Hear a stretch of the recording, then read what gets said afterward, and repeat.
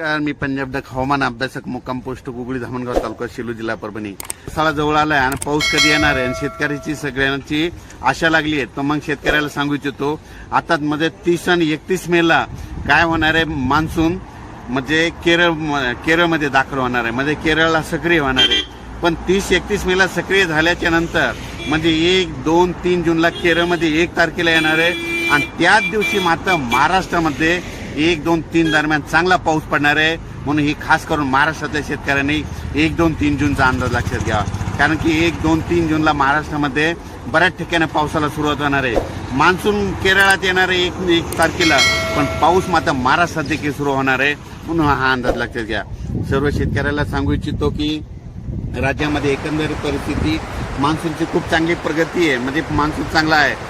यावर्षी 8 जूनला चांगला मान्सून सगळीकडं सक्रिय होईल आणि सगळ्यांच्या पेरण्या होतील. आणि परत एक शेतकऱ्याला सांगू इच्छितो, शेतकऱ्यांना मान्सूनचा पाऊस पडल्याच्या नंतर, जूनमध्ये पाऊस पडल्याच्या नंतर जमिनीमध्ये जर एकही ओल गेली तरच तुम्ही जमिनीत पेरणीचा निर्णय घ्यावा, अन्यथा पेरणीचा निर्णय घेऊ नका.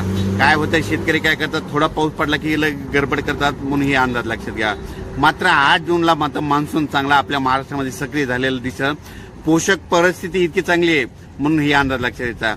खरं तर पाऊस लवकर येणार होता, पण अचानक काय झालं, बंगालच्या खाडीमध्ये म्हणजे आज एक चक्रीवादळ तयार झालं आणि ते बांगलादेशकडे जाणार आहे. त्याच्यामुळे थोडा रेंगाळा होणार आहे.